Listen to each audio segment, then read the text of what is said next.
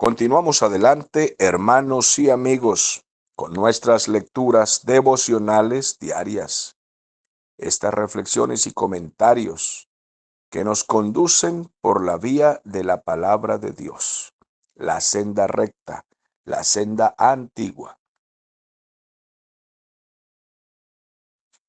Llegando así a la parte final de la epístola escrita a los Hebreos.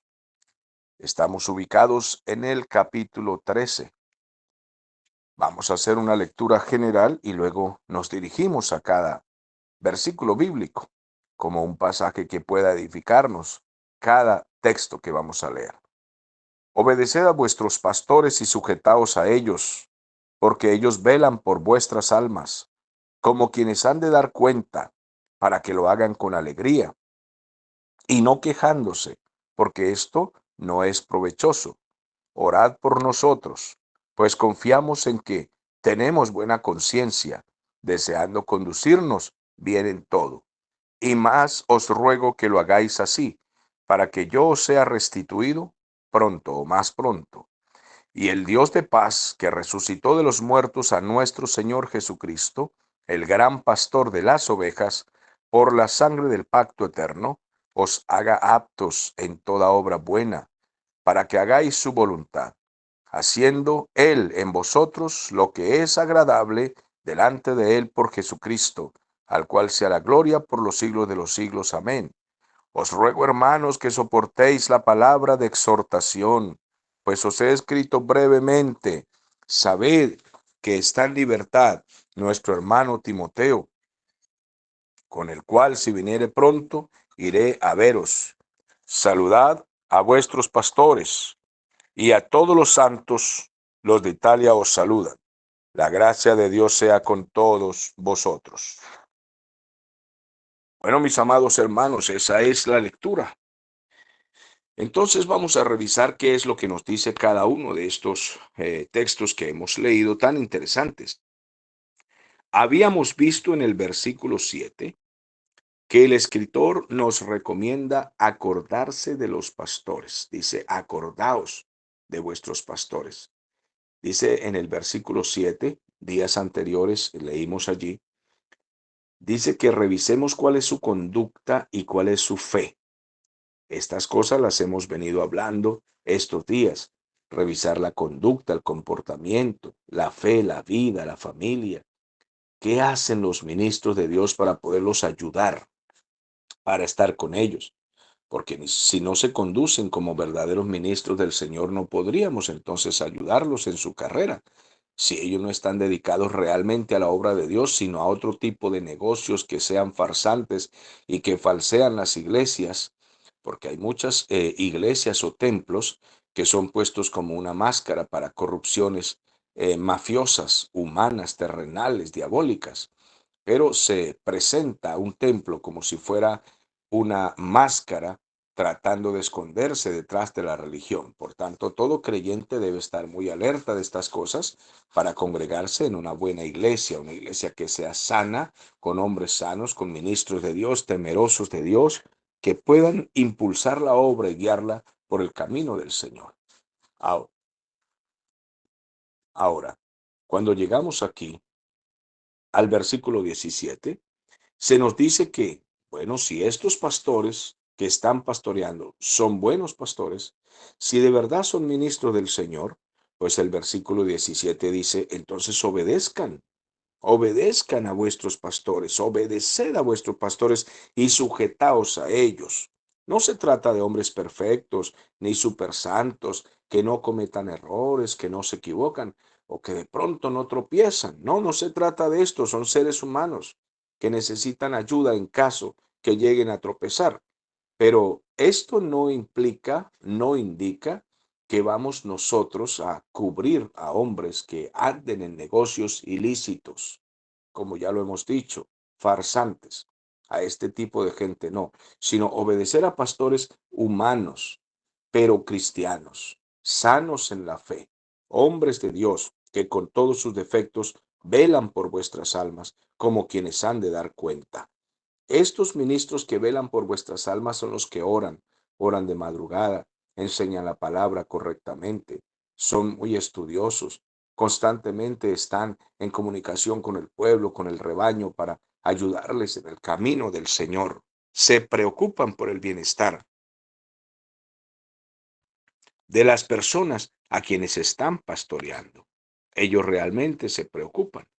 De esta manera, si ellos logran guiar un pueblo que vaya por el camino recto, ellos harán este trabajo, dice el texto, con alegría, sin estarse quejando. Porque es muy terrible que un pastor desee ser un buen pastor, guiar al pueblo por el camino correcto, y sea la gente desagradecida con él, que no paguen bien su trabajo. ¿Cómo? Obedeciendo, siendo personas honestas, transparentes, obedientes a la palabra del Señor, que no se conviertan en un peso que hace daño a la obra. Es necesario que la gente escuche la palabra y ponga en práctica lo que se le enseña para que el pastor pueda tener alegría de su trabajo y no se esté quejando por esto y por muchas cosas más, porque esto no es provechoso. Un pastor que se queja de la obra, que se queja de la iglesia, que se queja de lo que le hacen allí, ya sea maltrato, traiciones, golpes, heridas constantes, pues no es de provecho para la congregación. Por tanto, si el pueblo aprende a trabajar en equipo con el ministro de Dios, si aprenden a hacer un buen equipo juntos, a llevar la obra juntos hacia adelante, el pastor será de provecho para todos porque puede descansar en el Señor totalmente. Entonces, estos son instruidos a hacer esta obra, a obedecer, a someterse, pues a las personas que Dios ha puesto allí, se puede decir como autoridad. Ya hemos dicho que esto no se trata de una jerarquía, no que los pastores son superiores, sino que Dios les ha entregado la responsabilidad y les ha entregado la autoridad para gobernar o dirigir al pueblo del Señor mientras lo hagan con mansedumbre, con ánimo pronto y sin deseo de tener ganancias que sean deshonestas. Para esto Dios los ha puesto allí. Luego entonces el escritor pide oración. Pasa inmediatamente a decir, orad por nosotros, pues confiamos en que tenemos buena conciencia, ya que deseamos conducirnos bien en todo. Tres cosas en este solo versículo. La primera es que el ministro que escribe la carta pide oración, y es que todos los pastores debemos pedir a la iglesia que ore por nosotros, que la iglesia comprenda que no somos superdotados, no somos superhombres, no somos los batihéroes de la película, no, somos seres humanos y flaqueamos, nos debilitamos. Necesitamos la oración de las personas. Nos debilitamos en salud, nos debilitamos a causa de las circunstancias, las dificultades, las pruebas, las tentaciones, todo esto, el mismo carácter como creyentes que también somos los ministros de Dios. Necesitamos que el pueblo de Dios ore por nosotros. Esto es reconocer que somos tan humanos, tan personas como todos los que se congregan allí. Así de que el escritor dice, orad por nosotros. Luego dice, porque confiamos en que tenemos buena conciencia, es decir, estamos confiando en que estamos haciendo las cosas bien. Buena conciencia es que no hay nada oculto, no hay trampas, no hay negocios ilegales, hay un ministerio transparente, la gente puede confiar en ese ministro, la gente sabe que el ministro no es perfecto, pero que está haciendo las cosas bien. Dice, deseamos conducirnos bien en todo. Ese es el deseo, pues, aquí del escritor. Luego dice, y ruego que lo hagáis así para que pueda volver o ser restituido, es decir, que pueda volver a estar con vosotros. Posiblemente el escritor cuando escribió esta carta estaba preso. Y decimos posiblemente porque recuerden que cuando iniciamos esta carta dijimos que no tiene un autor establecido. La carta no dice con exactitud quién la escribió y en dónde estaba cuando la escribió. No nos da esa especificación, no nos da ese saludo claro con nombre para saber exactamente quién es, qué estaba haciendo y dónde estaba, como otras cartas que sí tienen la firma del autor y nos dice desde dónde se escribió. En este caso no es así. Por tanto, en este versículo, lo único que podemos hacer es especular un poco. Parece que el escritor estaba preso y está diciendo, deseo ir pronto a verlos. Deseo salir de aquí de la cárcel y ser restituido. Así de que nos vemos allí. Oren por mí para que pueda reunirme con ustedes. Luego entonces dice que el Dios de paz, que resucitó de los muertos a nuestro Señor Jesucristo, el gran pastor de las ovejas, por la sangre del pacto eterno. Aquí dice muchas cosas interesantes. Primero, que Dios es el que nos da paz. Paz en medio de toda circunstancia. No importa lo que estemos atravesando, Él es el Dios de paz. Él es nuestra paz y nuestra tranquilidad. Por eso, amados hermanos, es fácil decir, sí, pastor, usted tiene razón. Estos días he tenido mucha paz, mucha tranquilidad y no tengo problemas. Bueno, en ese caso es fácil decir que tiene paz.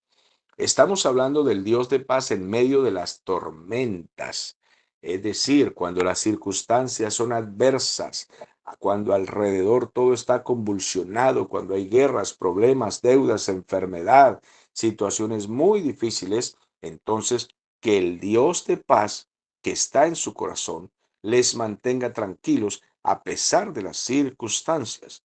Y este Dios de paz fue el que resucitó a Jesucristo. Lo resucitó de los muertos y no lo dejó en la tumba. Mi Señor Jesús resucitó y por eso es nuestra esperanza. Si el Señor Jesucristo hubiera hecho todas las obras maravillosas que hizo y luego al morir se hubiera quedado en la tumba y no se hubiera levantado, ¿qué sería de nosotros? ¿Qué sería de nosotros aunque hubiera hecho tantas cosas maravillosas por nosotros? Pero si no se hubiera levantado de la tumba, nuestra esperanza estaría muerta. Pero el Señor Jesús resucitó porque Dios lo levantó de los muertos. Y Cristo es el gran pastor de las ovejas. Así de que los pastores que no imitan a Cristo no son pastores, porque Jesucristo es el ejemplo de los pastores. Recuerden que él dijo, yo soy el buen pastor, y el buen pastor da la vida por las ovejas. Jesús es el buen pastor, a él debemos mirar. La voz de él es la que debemos seguir. Y todo pastor debe hablar en el nombre de Cristo. Significa en el orden de Cristo, en las promesas de Cristo, en la doctrina de Cristo, según la vida de Cristo y no otra cosa. Recientemente volvimos a escuchar a otros ministros, esto fue ayer, que también están diciendo que el Jesús de la Biblia no es el Jesús de ahora, que ahora hay un nuevo Jesús que está siendo revelado a los supuestos apóstoles modernos. Ya el Jesús de la Biblia pasó de moda. Amados hermanos, esos no son pastores, son unos truanes mafiosos que van a no solo despelucar a las ovejas, las van a trasquilar y las van a degollar. Esos carnívoros lobos rapaces no son ministros del Señor. No están siguiendo al verdadero Jesús, que es el gran pastor, que nos salvó, como dice el texto, por la sangre del pacto eterno.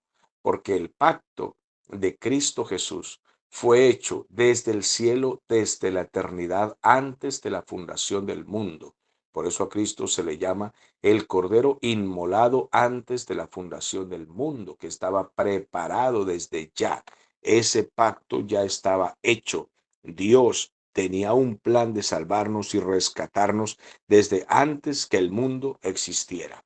Ese Dios de paz, dice el versículo 21, os haga aptos en toda obra buena, para que hagáis su voluntad, haciendo Él en vosotros lo que es agradable delante de Él por Jesucristo, al cual sea la gloria por los siglos de los siglos. Entonces es ese Dios el que nos hace a nosotros aptos para dar fruto, el que nos hace aptos para hacer buenas obras. Todas las cosas buenas que hacemos en Cristo es gracias a la voluntad de Dios y a la obra de Dios en nosotros. No es porque nosotros somos muy buenecitos y buena gente que hacemos buenas obras en Cristo. Eso sería jactarnos de santidad y mentir y engañar, pretender engañar a Dios y engañar a los hombres. Las cosas buenas que hacemos en Cristo solamente las hacemos porque el Espíritu Santo nos guía a hacer la voluntad de Dios. Yo tengo que decirles esto para que estemos claros, que si somos ministros de verdad y predicamos el Evangelio y podemos dar buen testimonio, no es porque yo sea muy buena gente y la gente pueda echarme flores diciendo qué tan bueno es este hombre. No, mis amados hermanos, sin Cristo éramos una cosita que es mejor no hablar mucho de eso. Éramos personas muy torcidas. Pero ahora, amados hermanos, es por la gracia del Señor que podemos dar fruto y hacer buenas obras, y solo por la gracia de mi Señor es que estamos aquí. Así de que nadie se eche flores, dele toda la gloria al Señor, que es por Él que nosotros podemos agradar a Dios por el Espíritu Santo y por Jesucristo. Y por eso dice el texto, y a Él sea la gloria por los siglos de los siglos. Luego continúa diciendo el 22, os ruego, hermanos, que soportéis la palabra de exhortación, pues os he escrito brevemente. Bueno, el escritor dice que él ha escrito brevemente. Y si estos 13 capítulos tan profundos, tan doctrinales, tan misteriosos, son, como él dice, brevemente, entonces, ¿qué tal si nos hubiera escrito toda la teología que él quería o pretendía escribir en esta carta? Recuerden que mientras estudiábamos la carta, él decía, en uno de los capítulos, decía, no puedo decir con delicadeza o con detalle cada cosa de la doctrina, cada punto exacto, porque no me alcanza el tiempo. Eso lo habíamos leído días anteriores. No me alcanza el tiempo, solamente voy a mencionar algunas cositas básicas, dijo él. Y aquí nos recuerda otra vez, he escrito brevemente. Mis amados, hemos leído 13 capítulos y el escritor dice que ha sido brevemente, y todo lo que nos ha dicho nos ha parecido profundo, misterios revelados, doctrina impresionante, pero Él nos recuerda que soportéis la palabra de exhortación. Estos capítulos han tenido reprensiones duras, nos han recordado la gracia y nos ha dicho claramente que no creamos en doctrinas diversas o extrañas o torcidas que nos desvíen del camino, y nos dice, soporten la palabra de exhortación, soporten el consejo y las reprensiones. Entonces, Él apremia, Él dice a los lectores que deben atender a su carta con claridad, que se olviden y no se aferren a la religión ritual y a todos los asuntos que han dañado realmente o han querido, pretendido torcer el Evangelio. Sabed que está en libertad nuestro hermano Timoteo, con el cual, si viene pronto, iré a veros. Bueno, les cuento que Timoteo fue libertado y yo quiero también salir de aquí para ir a reunirme con ustedes y poder orar juntos y estudiar la palabra juntos. Bueno, pero les doy la buena noticia de que Timoteo está libre. Por eso a veces algunos opinan que el escritor de esta carta pudo haber sido el apóstol Pablo, aunque no nos dice con exactitud quién es.